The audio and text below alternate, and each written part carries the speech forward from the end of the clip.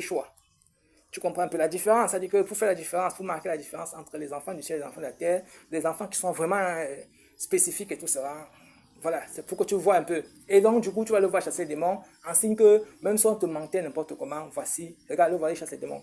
Bon, preuve que Elohim ne s'est pas révélé à lui comme étant Yahweh. Il n'a jamais vu l'ange de Yahweh avec ses yeux. Tu comprends un peu? Donc, il n'a jamais vu l'ange, c'est-à-dire de Yahweh avec ses yeux. C'est pour ça que tu vois qu'il chasse les démons.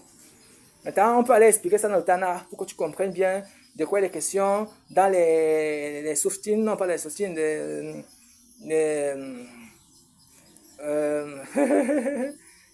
les tchadjiques, bon bref, les Melekim. On peut aller voir dans les Melekim. Tu vois un peu, les Melekim, on peut aller voir tout ça. Tu vois, il faut bien t'expliquer comment est-ce que ça se passe, qu'est-ce qui est en train de se passer. Mais je ne suis pas là pour développer ça. Donc, j'ai même pris ces vidéos aussi comme ça là, juste au cas où peut-être Elohim continuera à blaguer avec mon pognon. Parce que mon agent, moi j'ai ma vie, je n'ai pas à souffrir cela. D'ailleurs, je peux être l'enfant du roi et je souffre. Ok. Donc, au cas où il ne fait pas un truc extraordinaire, merveilleux et tout ça, allez hop, moi je le vends à toute la terre. Que bon, regardez, voici comment il est en train de faire, voici qui compte te sauver, voici comment ça se passe, voici comment ça se passe. Il est Yahweh dans le ciel, et maintenant il y a des enfants qui sont Yahweh dans le monde. Partout les enfants ne sont pas nés, toutes les autres familles là, ils veulent les détruire. Voici comment ça se passe, voici qui a le nom, voici pourquoi est-ce que le nom ne sort pas, voici pourquoi ça sort, voilà comment ça se passe, voilà les rangs de naissance des enfants du ciel, tous les autres sont dans la terre, que quelqu'un ne te mente pas, voilà la réalité. Et tu comprends un peu, voilà la réalité. Bon, maintenant, pour terminer, j'ai dit que le premier, il est soit un premier, soit un dernier.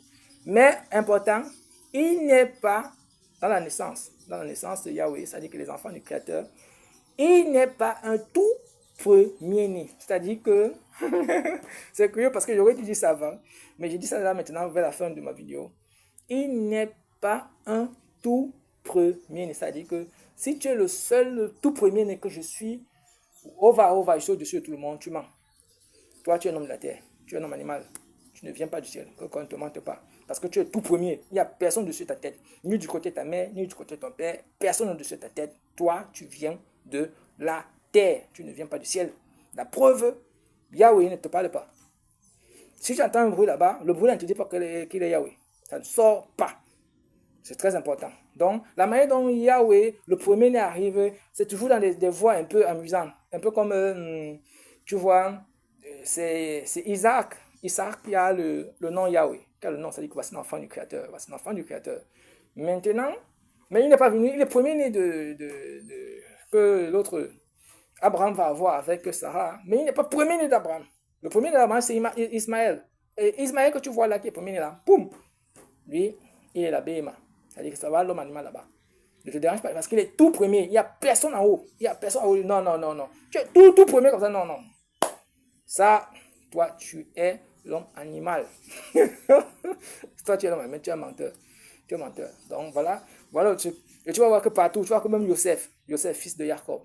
Tu vois que Jacob n'est pas premier-né. Tu vois, les derniers, là-bas, il n'y a pas de souci. Jacob, maintenant, tu vois que Joseph, dans la famille de Jacob, Joseph, il n'est pas exactement tout premier-né. Il avait Ruben au-dessus de sa tête. Tu vois un peu. Bon, Ruben que tu vois là, qui est au-dessus de la tête de Joseph, qui est pourtant lui, qui est Yahweh. Il est premier-né de Rachel. Son petit frère est Benjamin.